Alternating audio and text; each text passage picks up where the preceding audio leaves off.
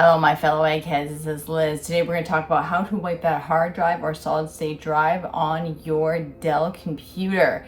This can be especially a good thing if you are going to sell a computer or if you're going to replace the hard drive and throw it away, anything like that. To just give it a solid wipe before you get rid of it is a great idea, but keep in mind you will also be wiping your operating system off the hard drive. It's a complete wipe, not a partial one. But anyway, let's get to it.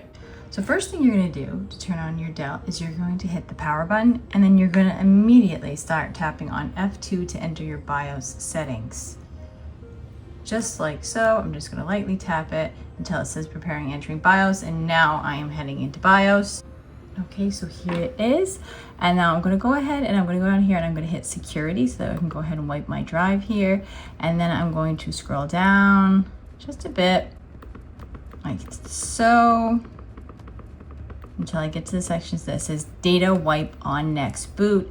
And like it says, the secure operation will delete information in a way that it cannot be reconstructed.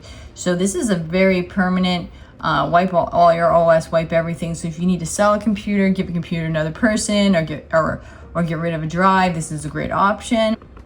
Okay, so this is it right here. So you can go ahead and toggle it to on, save, hit apply changes, and then exit. And then on your next reboot, it will wipe everything. Keep in mind, it will wipe your hard drive, it will wipe all your data, you'll lose everything. This is the kind of thing you need to do before throwing away a hard drive or a solid state drive or selling a computer. This is a very great way to make sure that your data stays as secure as possible.